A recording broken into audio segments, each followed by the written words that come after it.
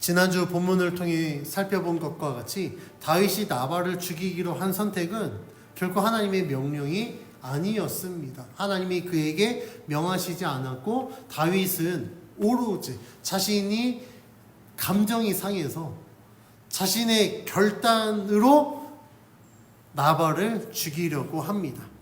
그의 선택은 전적으로 나발의 거절에 의한 자신의 감정을 따라 한 결정이었습니다. 그래서 아비가일은 하인으로부터 이 이야기를 듣고 급히 준비하여서 다윗을 만나러 갑니다. 그래서 다윗을 만나서 이야기할 때 그의 선택은 나중에 후회가 될 것이며 이전까지 하나님이 왕을 지켜주지 않으셨습니까? 그래서 하나님이 모든 것을 다 갚아주실 겁니다. 하나님이 해결해 주실 것입니다. 라고 이야기를 하고 다윗의 선택을 만류합니다. 이 아비가일의 이야기를 들은 다윗은요, 순간 깨닫습니다. 그래서 오늘 본문에서 이렇게 고백합니다. 32절 같이 봉독합니다. 시작. 다윗이 아비가일에게 이르되 오늘 너를 보내어 나를 영접하게 하신 이스라엘의 하나님 여호와를 찬송할지로다. 아멘. 아마도 이 성경 본문의 내용을 보면 다윗이 순간적으로 감정을 다스리지 못해서 순간적으로 헷가닥했던 것 같아요. 그러니까 하나님의 뜻보다 자신의 감정이 앞세워서 나발 뭐 그렇게 막말까지 했을까 싶지만은 좀 격하게 표현한 이놈 자식을 내가 가만 놔두지 않겠다. 우리 표현대로 다리 몽댕이를 부러뜨리고 뭔가 이런 지금 마음으로 지금 막 나발에게 가고 있는 가운데 아비가일을 만나서 아비가일이 이야기하니까 순간 정신이 번쩍 든 거예요. 아, 맞다. 이게 아니구나. 그래서 32절처럼 이렇게 고백합니다. 너를 보내어 나를 영접하게 하신 이스라엘의 여호와 하나님을 찬송한다. 그러니까 순간적으로 다윗이 깨닫게 된 겁니다. 아, 맞다. 이게 하나님의 뜻이 아니지. 지금 이 결정은 순전히 내가 열받아서 내 감정에 의해서 한 선택이구나라는 것을 다윗이 순간적으로 깨닫게 된 겁니다. 그리고 하나님이 아비가일을 나에게 보내어 이 모든 일을 막으셨구나. 순간적으로 하나님의 그 인도하심을 깨닫고 하나님을 찬양합니다. 그래서 아비가일을 통하여서 자신이 경솔하게 행하여서 무고한 피를 흘리거나 하나님 앞에 범죄하고 사람에게 실수하지 않기 위해서 하나님이 막으셨다라는 사실을 고백합니다. 이러한 다윗의 고백은요, 사실 아비가일이 다윗에게 이미 이야기한 것과 같습니다. 아비가일이 다윗에게 이야기할 때 하나님의 인도하심을 굉장히 많이 어필을 했거든요. 그 내용이 29절에서 30절에 기록되어 있는데 우리 29절에서 30절 같이 봉독해 봅니다. 시작. 사람이 일어나서 내 주를 쫓아 내 주의 생명을 찾을지라도 내 주의 생명은 내 주의 하나님 여호와와 함께 생명싸개 속에 쌓였을 것이요 내 주의 원수들의 생명은 물매로 던지듯 여호와께서 그것을 던지시리이다. 여호와께서 내 주에 대하여 하신 말씀대로 모든 선을 내 주에게 행하사 내 주를 이스라엘의 지도자로 세우실 때에 아비가일이 다윗에게 이야기하죠. 내 주의 생명은 어떻게 있다고요? 여호와와 함께 생명싸개에 쌓였대요. 그러니까 여호와와 함께 생명싸개에 쌓였기 때문에 그 누구도 왕의 생명을 함부로 멸하지 못할 것이다 라고 아비가일이 이야기합니다. 반대로 왕의 원수들의 생명은 물매로 던지듯 여호와께서 그것을 던지시겠대요. 그러니까 아비가일이 강조하는 건 뭐냐면 하나님이 왕의 생명을 보호하시고 왕의 원수들의 생명은 던지시기 때문에 왕이 굳이 나서서 왕의 원수들을 갚지 않으셔도 됩니다라고 고백하는 겁니다.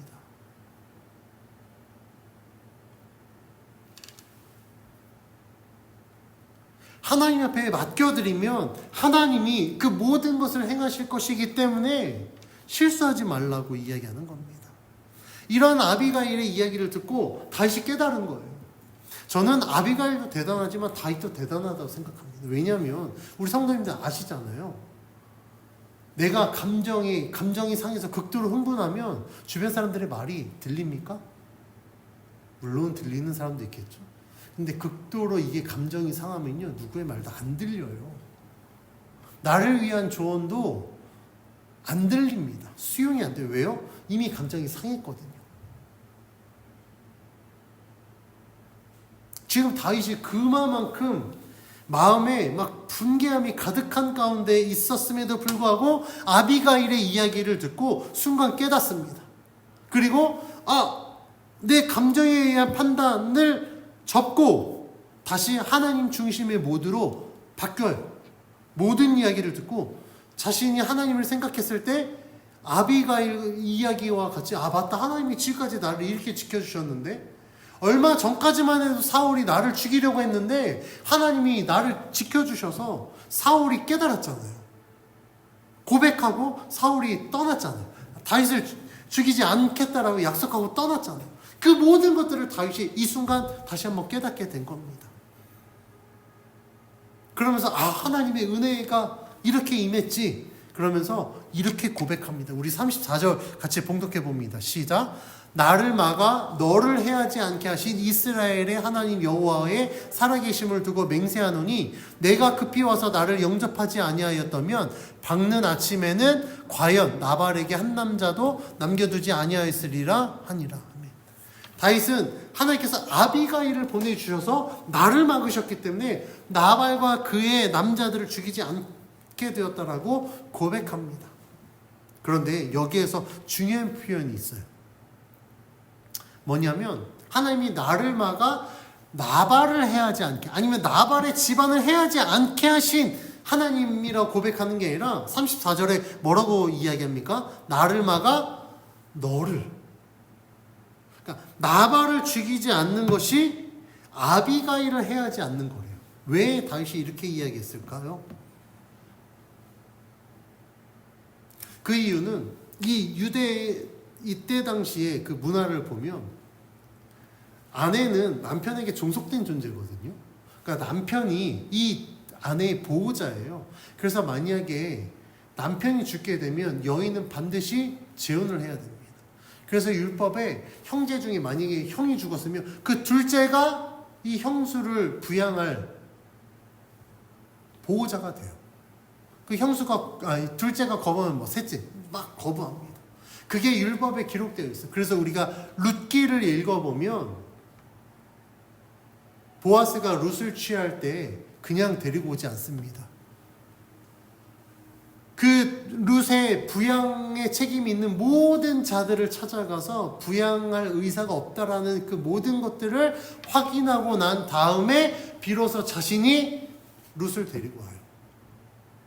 그러니까 다시 오늘 본문에서 다윗이 나발을 해하지 않는 것이 왜 아비가일을 해하지 않는 것이냐? 나발을 죽이면 당장 아비가일이 보호자 없는 존재가 되니까 아비가일에게 이렇게 이야기를 하는 겁니다. 그 다윗은요, 하나님께서 너를 보내셨고 여기에 말씀에는 생략되어 있지만 너는 그 하나님의 보내심을 받아 하나님의 말씀에 순종하여 나를 찾아왔기 때문에 내가 이 모든 것들을 중단할 수 있었다라고 고백하는 겁니다. 다윗의 이 고백을 통하여서 하나님이 여전히 다윗과 함께 하시고 다윗을 지켜주셔서 다윗이 경솔하게 범죄하지 않고 실수하지 않도록 막아주고 있다는 사실을 우리는 알 수 있습니다. 그런데 이 다윗과 지금 아비가일은 하나님이 함께하고 있는데 나발은 전혀 달라요. 나발은 하나님과 전혀 상관없는 삶을 사는 것 같습니다. 왜냐하면 오늘 말씀해 보면 나발이 다윗의 그 요청을 거절했잖아요. 심지어 다윗을 조롱했잖아요. 무시했습니다. 그리고 나서 나발은 어떻게 하냐면 잔치를 베풉니다. 36절에 나발의 잔치에 대해서 이렇게 기록합니다. 같이 봉독합니다. 시작. 아비가일이 나발에게로 돌아오니 그가 왕의 잔치와 같은 잔치를 그의 집에 배설하고 크게 취하여 마음에 기뻐함으로 아비가일이 밝는 아침까지는 아무 말도 하지 아니하다가, 나발이 어떻게 했냐면 왕의 잔치와 같은 어마어마한 잔치를 지금 베풀었대요. 다윗이 그 좋은 날에 함께 즐길 수 있도록 달라라고 했을 때 그것은 주지 않으면서 자신은 왕의 잔치 같은 어마어마한 잔치를 베풀었다라고 성경은 기록하고 있습니다. 왕의 잔치가 얼마큼인지 우리는 모릅니다. 왜냐하면 안 가봤으니까. 그런데 우리가 역사의 기록이나 뭐 그런 어떤 다른 나라도 보면 왕이 아니라 그 지역의 지주의 잔치만 하더라도 온 마을 잔치가 되잖아요. 그러면 왕의 잔치는 국가 전체의 잔치라고 할 수 있거든요. 근데 나발이 왕의 잔치와 같이 했다는 건 진짜 엄청난 스케일의 잔치였다라는 것을 우리는 알 수 있습니다. 성경은 지금 그걸 부각하고 있어요. 나발이 정신 못 차리고 마치 자신이 왕인 것처럼 자신의 모든 소유를 이렇게 사용하고 있다라는 것을 성경이 이야기하고 있습니다. 다윗의 호의를 무시하고 선을 악으로 갚으면서 다윗에게 줄 것이 없다라고 이야기하면서 자기를 위해서는 이만큼 베풀고 있다. 그러면서 그는 취하여 마음이 기뻤다라고 이야기합니다.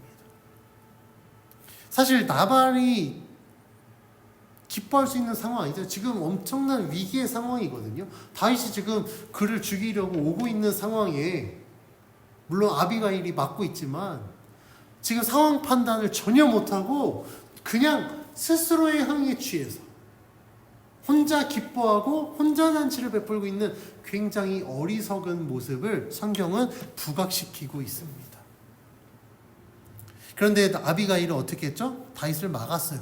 그리고 나서 아비가일이 집에 와봤더니 나발은 술에 취했고 혼자 기쁨에 취해서 어마어마한 잔치를 베푸는 그 모습을 본 아비가일이 어땠을까요?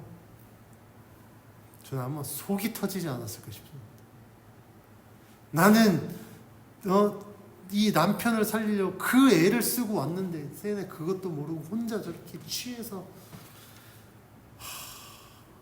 그런데 아비가일이 얼마나 지혜롭냐면 그 모습을 보고 바로 말하지 않아요. 밝는 아침까지 아무 말도 하지 않고 기다립니다.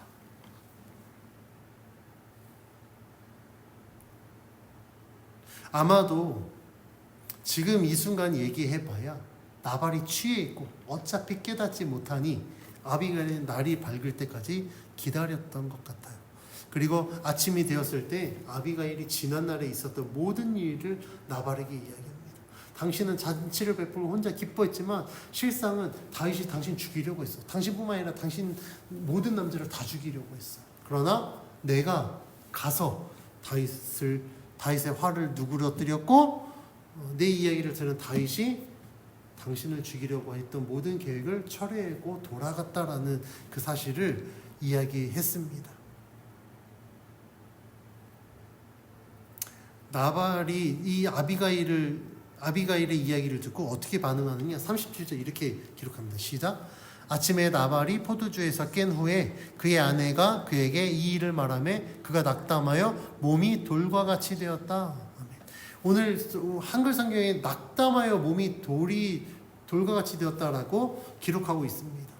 그러니까 개역 개정에는 낙담했다라고 기록되어 있고 새 번역에는 실신하다라고 번역되어 있어요.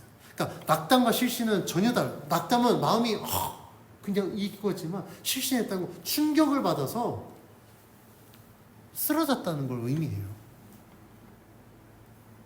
히브리어 원문에는요, 마음이 죽다라는 의미로 기록되어 있습니다. 그러니까 나발이 모르고 즐겼다가 그 얘기를 듣고 굉장한 충격을 받아서 쓰러졌다. 그래서 성경은 몸이 돌과 같이 되었다라고 이야기를 하는데 아마도 뭐 지금으로 따지면 너무나도 큰 충격에 아마 뇌출혈로 쓰러졌던 게 아닐까 싶어요. 왜냐면 몸이 굳었다라고 표현되어 있으니까 뇌출혈로 쓰러지면 사지가 경직되잖아요. 그러니까 그만큼 어마어마한 충격을 받았다라는 것을 성경이 기록하고 있습니다. 나발이 쓰러진 순간부터 하나님이 역사하십니다. 하나님이 아비가일이 이야기한 것처럼 하나님은 다윗을 대신하여 그의 복수를 시작합니다. 38절에 열흘 후에 여호와께서 나발을 치시면 그가 죽었다. 아마도 쓰러지고 한 열흘 정도 누워 있다가 하나님이 나발을 치셔서 그가 죽게 됩니다.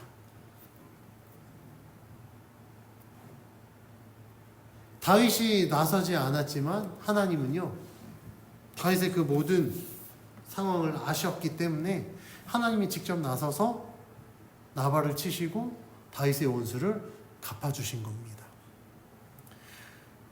나발이 죽었다는 소식이 다윗에게 전해집니다.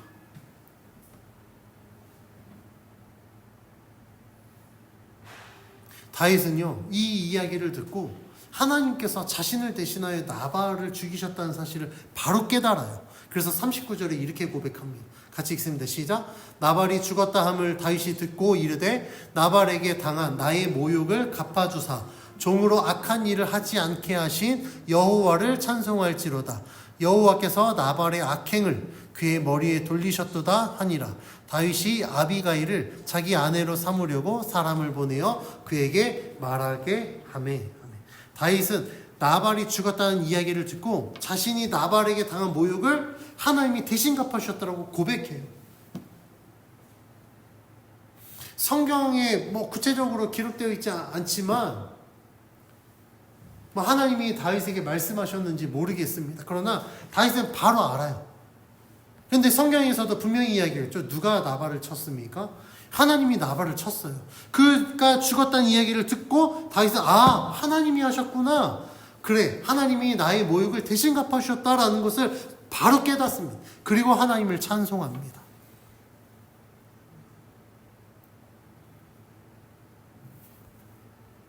이 나발의 죽음은요, 그러니까 다윗을 대신하여서 하나님이 심판하셨다는 건 이미 예견된 사실이었습니다.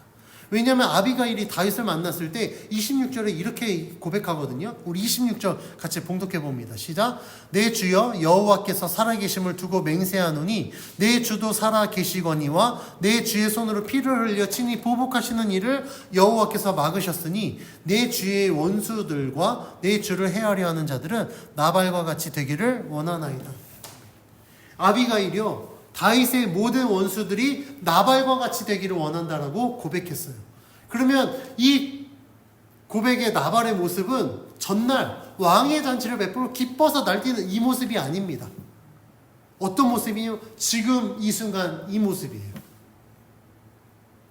하나님이 기름 부으신 자를 모욕하고 그에게 선을 악으로 갚았던 나발은 충격을 받아서 쓰러지고 사지가 마비되었습니다.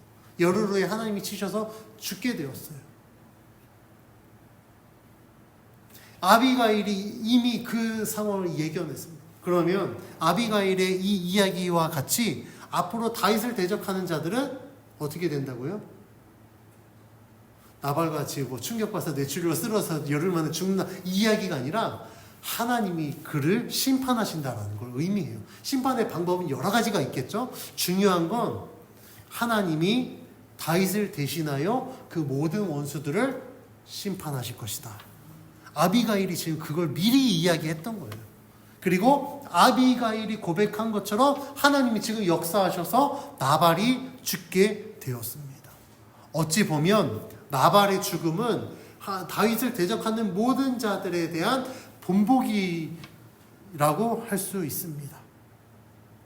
아비가일은 이미 하나님께서 다윗과 함께 하셔서 다윗의 손으로 무고한 희생을 하지 않기 위해서 하나님이 그를 위해 일하고 있다는 것을 알고 있었습니다. 그래서 다윗을 찾아가서 그의 모든 행동을 막은 거예요.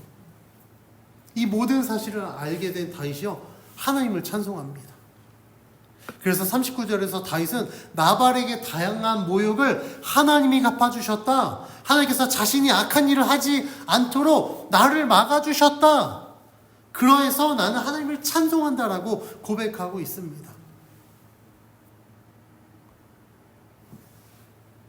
이 다윗은요, 나발이 자신의 어떤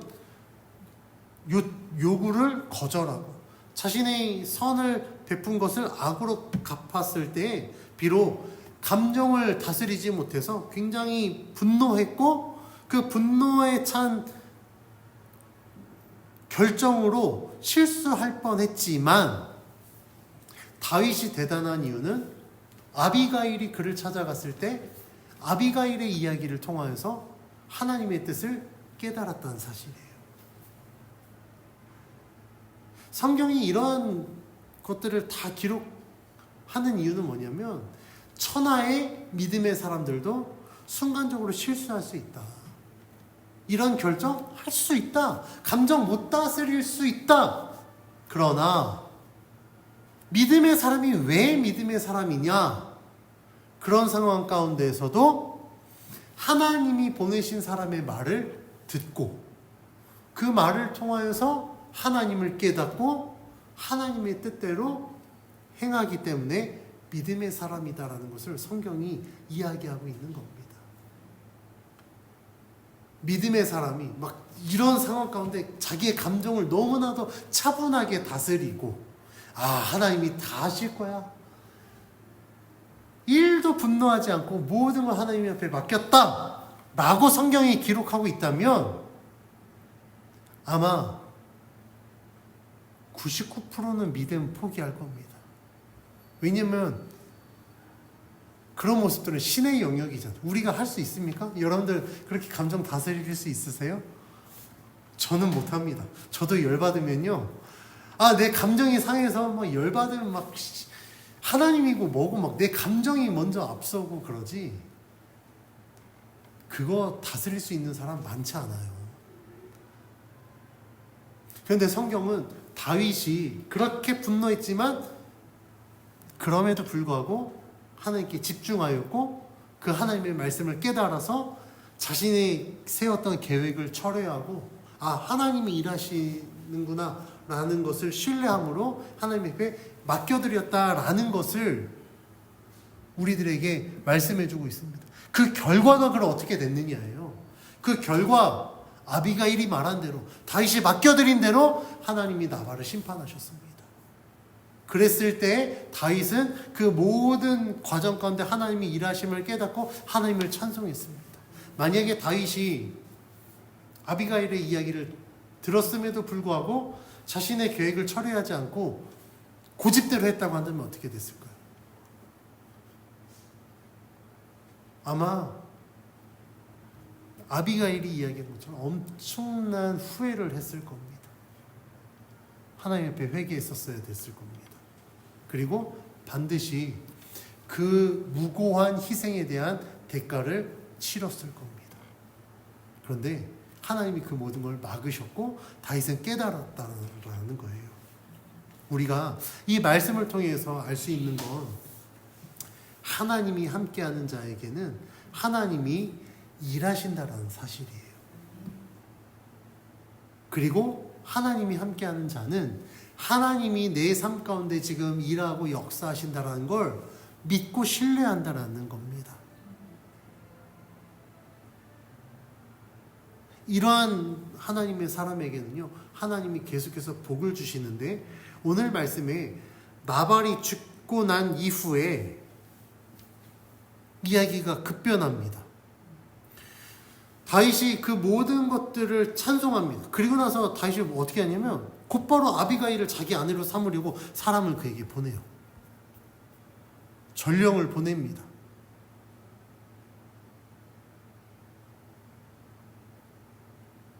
그래서 그 전령들이 아비가일에게 가서 이렇게 고백합니다. 40절 같이 봉독합니다. 시작. 다윗의 전령들이 갈멜에 가서 아비가일에게 이르러 그에게 말하여 이르되 다윗이 당신을 아내로 삼고자 하여 우리를 당신께 보내더이다 하니. 이야기가 막 급변돼요. 아마 중간에 뭐 생략되고 뭐 그렇게 전개가 됐을 수도 있지만 중요한 건 다윗이 아비가일을 자신의 아내로 삼으려고 했다라는 겁니다. 그럼 왜 그렇게 됐을까? 뭐 여러 가지 이유를 유추해 볼 수 있겠죠. 근데 가장 중요한 것은 본문의 내용을 통하여서 우리가 생각해 봤을 때 아마도 다윗은 이 아비가일의 지혜에 굉장히 매료되었던 것 같습니다. 아비가일의 지혜, 그녀의 그 겸손, 하나님을 믿는 그 신실한 믿음, 그 모든 모습들을 다윗이 봤었을 거예요. 그녀가 나발의 언행에 대하여서 다윗에게 대신 사과하였습니다. 그래서 다윗의 분노를 사겨요. 아비가일은 단순한 사과를 뛰어넘어 다윗의 미래까지도 걱정합니다. 왕이 만약에, 여기서 이제 내 주라고 표현했죠. 내 주께서 이렇게 판단하고 그렇게 행하셨을 때 나중에 왕으로 세워졌을 때 후회하지 않으시겠습니까? 다윗의 미래까지도 염두에 두고 다윗이 후회하지 않도록 그의 잘못된 선택을 막았던 이 아비가일의 그 지혜와 그 믿음을 보고 다윗은 그녀를 자신의 아내로 삼겠다라고 생각했을 겁니다. 그런데 다윗의 전력이 왔을 때 아비가일이 놀라지 않습니다. 마치 아비가일은 예상하고 있었어 라는 듯이 전령들이 이야기할 때 그들의 요청을 받아들입니다. 그래서 41절 42절을 이렇게 기록하고 있습니다. 같이 봉독합니다. 시작. 아비가일이 일어나 몸을 굽혀 얼굴을 땅에 대고 이르되 내 주의 여종은 내 주의 전령들의 발 씻길 종이니이다 하고 아비가일이 급히 일어나서 나귀를 타고 그를 뒤따르는 처녀 5과 함께 다윗의 전령들을 따라가서 다윗의 아내가 되니라. 아멘. 어떻게 이럴 수가 있죠? 갑작스러운 그런 반응이 아니에요. 마치 준비된 것처럼 전령들이 왔을 때 그 몸을 굽혀 얼굴에 땅에 대고 그 요청을 수락합니다. 그리고 급히 일어나서 나귀를 타고 자신을 따르는 처녀 5을 데리고 전령들과 함께 가서 다윗의 아내가 됩니다. 그런데 여기에서도 이 아비가일이 얼마나 지혜롭고 겸손한 여인이냐면 전령들이 갔을 때 아비가일이 자신은 다윗의 전령들의 발 씻길 종이다. 그러니까 내가 어찌 왕의 아내가 되겠습니까? 나는 그런 만큼은 아닙니다라고 굉장한 겸손의 모습을 보여줍니다. 그럼에도 불구하고 다윗이 요청했기 때문에 다윗의 요청에 응하여서 전령들을 따라가 다윗의 아내가 됩니다. 근데 이 아비가일이 다윗의 아내가 된 이 사건이 앞으로의 이야기에서 굉장히 중요한 역할을 합니다. 왜냐하면 아비가일이 이 자신이 갖고 있는 지혜로 다윗에게 굉장한 조언을 할 수 있는 조력자가 되기 때문에 그래요. 자, 우리가 사무엘상 25장 1절에 어떤 사건이 기록되어 있었죠? 25장 1절에 사무엘이 죽은 사건이 기록되어 있습니다. 자, 사무엘이 죽었다라는 건 2가지 의미합니다. 제가 지난 설교에서 말씀드린 것처럼 사무엘이 죽었다라는 건 사울의 시대가 이제 끝나고 다윗의 시대가 시작되었다라는 걸 의미합니다. 또 하나는 사무엘이 어떤 자였습니까? 다윗에게 기름을 부었고 다윗이 사울을 피해서 도망 다닐 때 그를 도와주는 자였습니다. 그리고 사무엘은 상징적으로 하나님의 말씀을 대언하는 하나님의 선지자의 역할도 감당했습니다. 근데 그러한 사무엘이 죽었다라는 건 지금 다윗 주변에 다윗에게 하나님의 그 말씀을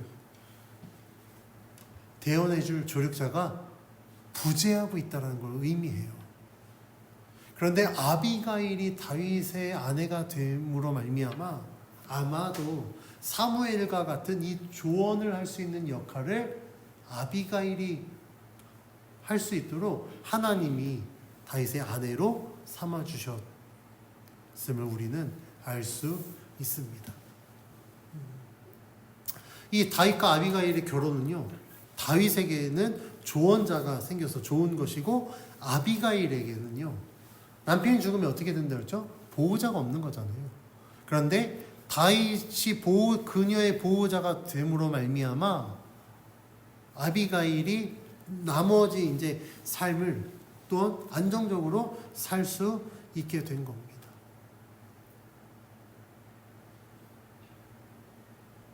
그러니까 하나님께서는요, 다윗은 다윗대로, 아비가일은 아비가일대로 하나님이 그들에게 복을 주셔서 이 둘이 결혼을 함으로 말미암아 서로에게 도움이 될 수 있는 귀한 만남의 복을 하나님이 허락해 주신 겁니다.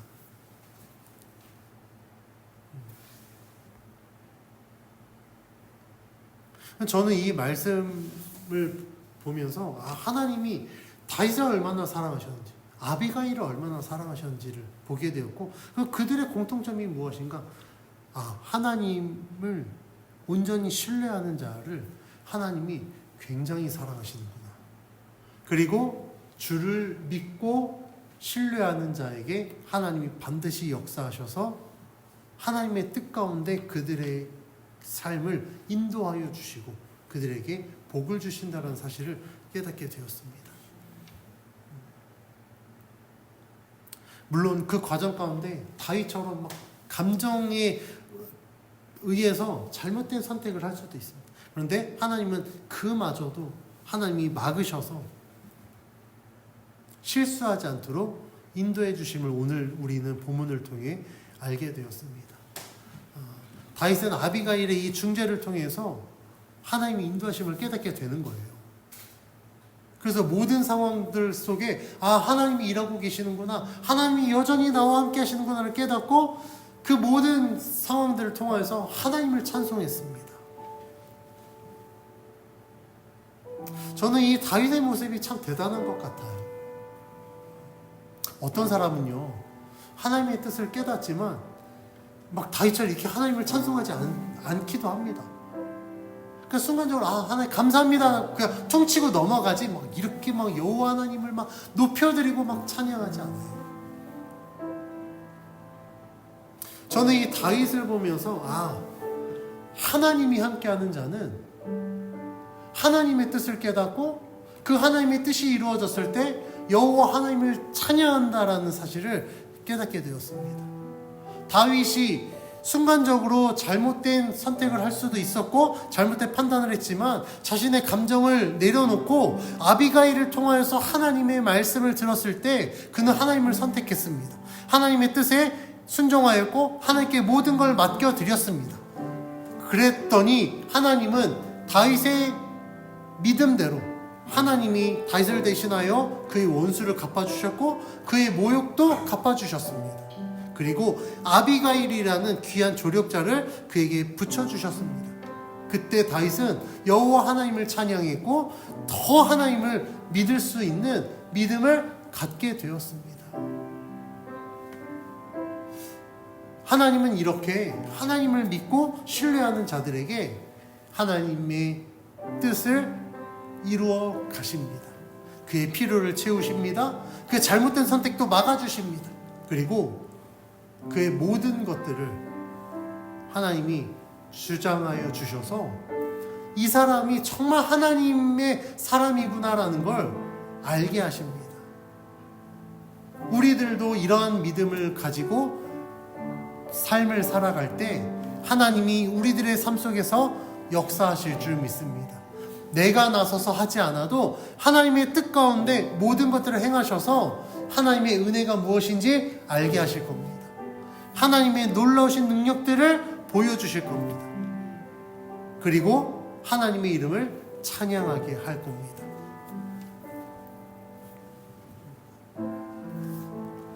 저는 우리가 하나님을 온전히 믿어드리면 우리도 다윗과 같이 하나님이 함께하는 자로 살아갈 수 있다라고 저는 우리 성도님들께 믿음으로 권합니다.